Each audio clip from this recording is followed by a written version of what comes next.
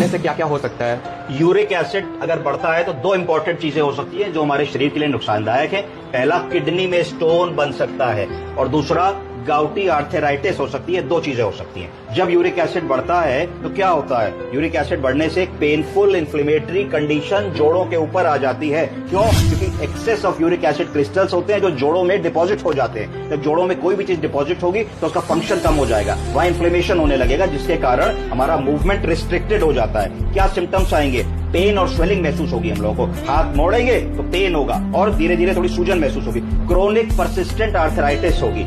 ये वैसा पेन होगा जो क्रोनिक होगा, लंबे समय 2-4-6 महीने मरीज बताएगा, और परसिस्टेंट होगा, सारा दिन रहेगा। ऐसा नहीं होगा कि हमने कहा था भारी चीज उठाई तभी हुआ, सुबह हुआ, शाम को चला गया। ये परसिस्टेंट टाइप का पेन होगा। उसके बाद लिमिटेड ज्वाइंट फंक्शन होगा। बहुत सारे मरीज ऐसा बताएंगे कि हमारा मुट्ठी इससे ज्यादा नहीं मुड़ता जी, है ना, इसके पीछे हम हाथ नहीं ले जा पाते जी, इस तरीके की चीजें वो बताएंगे।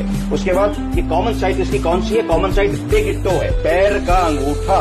बट ये मिडिल फुट को भी इन्वॉल्व कर सकता है, एंकल को भी इन्वॉल्व कर सकता है, नी को भी इन्वॉल्व कर सकता है, रिस्ट को भी इन्वॉल्व कर सकता है, और एल्बो को भी इन्वॉल्व कर सकता है। प्रायः ये देखा गया है कि पुरुषों में ये लोअर एक्सट्रीमिटी में इन्वॉल्व करता है, पैरों में, घुटनों के आसपास का एरिया इन्वॉल्व करता है, और वुमेन में अपर एक्सट्रीमिटी के लक्षण होते हैं अगर यूरिक एसिड बढ़ता है। तो ये चीजें हमको यूरिक एसिड के बारे में ध्यान देनी है। तो इससे गाउटी आर्थराइटिस हो सकती है, किडनी का स्टोन हो सकता है, और अगर किडनी के स्टोन को हम लोग समय रहते ध्यान नहीं देंगे तो उसके अंदर पोटेंशियल होता है कि वो किडनी को धीरे धीरे डैमेज कर दे, और किडनी की छानने की कार्य क्षमता, जिसको ईजीएफआर या अल्ट्रा फिल्ट्रेशन कहते हैं, वो कम कर दे, और किडनी सूजने लगती है स्टोन के कारण। उसको कहते हैं हाइड्रोनेफ्रोसिस। ये सब चीजें ना हो, इसके लिए जरूरी है कि हम अपनी डाइट का ध्यान रखें और यूरिक एसिड को समय समय पे चेक करें। सरल सा टेस्ट होता है, 1 ml से हो जाता है, ज्यादा पैसा भी नहीं लगता। 6 महीने में भी एक बार करा लेंगे तो आइडिया रहेगा। और जिन लोगों को टेंडेंसी है यूरिक एसिड बड़ा होने की, उनको डाइट का, एक्सरसाइज का और पर्याप्त मात्रा में पानी के सेवन का विशेष ध्यान रखना चाहिए। धन्यवाद।